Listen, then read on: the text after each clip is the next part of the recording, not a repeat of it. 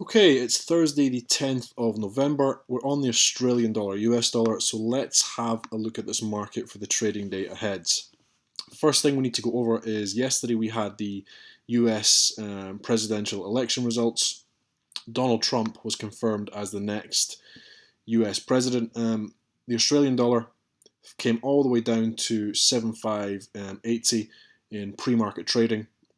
On the back of this news, the market came down very, very strongly before the London Open. It has then rebounded, and currently we're just sitting up at 7.680. Key thing is yesterday the sloping support line was respected that we have been looking at for a number of weeks now. And price action has been bouncing off of this sloping support for quite some time, and we're just starting to see price beginning to squeeze now. It's basically squeezing at these levels right here. So if you can see the ascending triangle right there, this remains, or these remain the important areas to watch for this market moving forward. We had a false break right here on the 8th of November. The market has collapsed back down again. Don't want to pay too much attention to this sell-off right here, however, because it was on the back of the election results. So basically looking at it fresh once again, looking to see if the market can get above this level or if it can break the sloping support. We are starting to see price squeeze, so I would expect it to come out one way or the other in the near future. Up above this level, we have a strong level of resistance, where basically if the market does come out of here, I would be looking for resistance up here, for potentially looking for the market to come back down,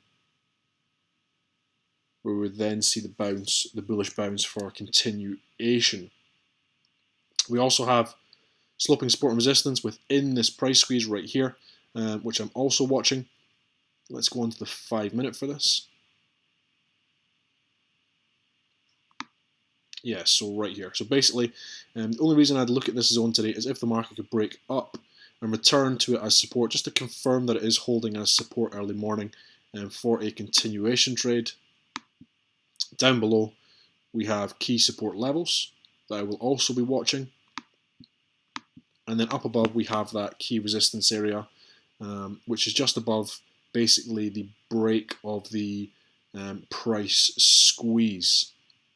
Now, with it being the day after the election, I did not trade yesterday because volatility was so high. I'm not interested in trading on the back of news-driven markets, basically.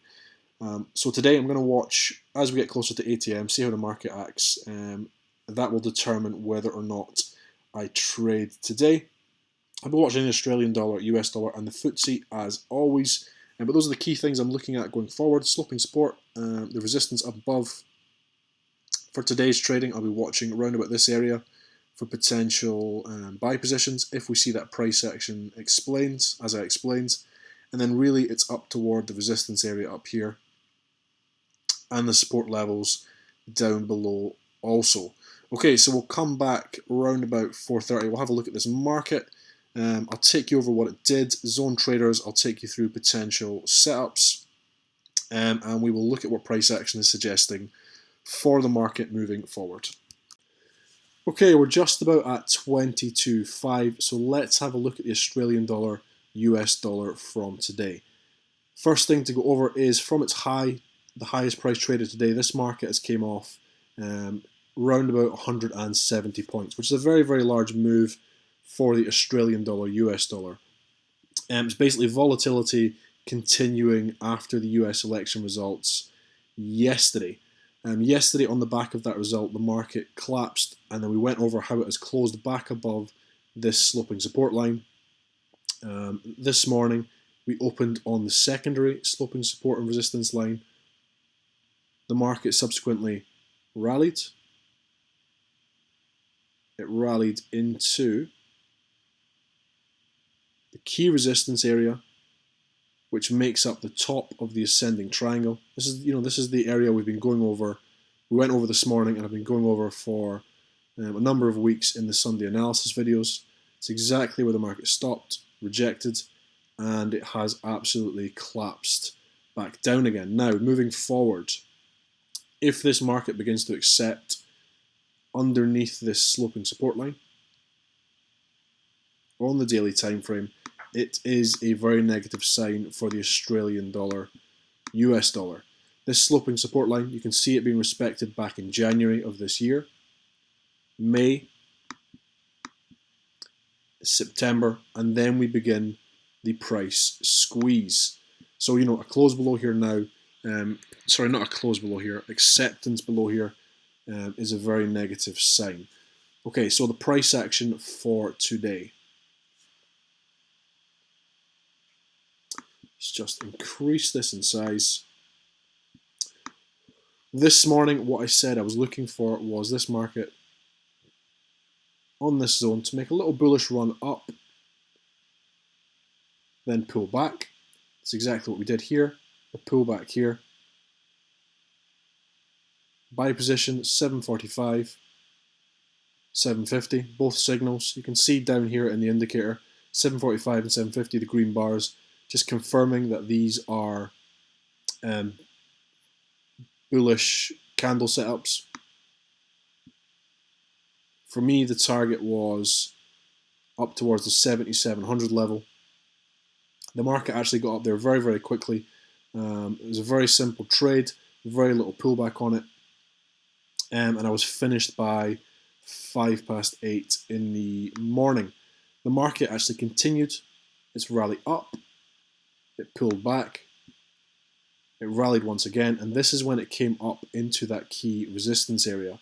As soon as it got up here, it rejected, and the market just peeled off for the rest of the day. 170 points came off of the market, and it came off very, very quickly. Zone trader trades today. This was the only really good setup on this market. I've actually recorded this as the live trade, and I will post it up as a separate video. Very, very nice setup. It worked out perfectly.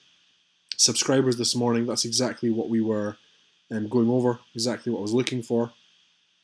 The breakout, the pullback, and then the continuation. There was no real way to get into this downward move, no clear signals with our zones being so close together like this today. There just wasn't any clear-cut opportunities. Okay, so as always, guys, I hope that was helpful. I'm James Orr, and thank you.